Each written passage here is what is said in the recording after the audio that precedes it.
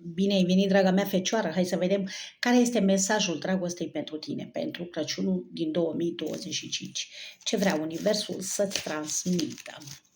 Care este mesajul zodiei fecioară?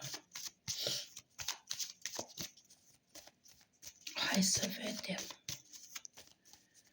Care este mesajul tău pentru zodia fecioară? Playfulness. E nevoie să tu recapturi romance, allow your inner youthful spirit of fun to shine.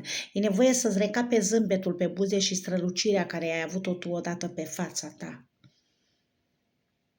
E nevoie să-ți recapeți strălucirea care tu ai avut-o odată. Sufletul tău este foarte trist. E nevoie să-ți recapeți acea strălucire cu care tu defilai în trecut. Doamne ajută!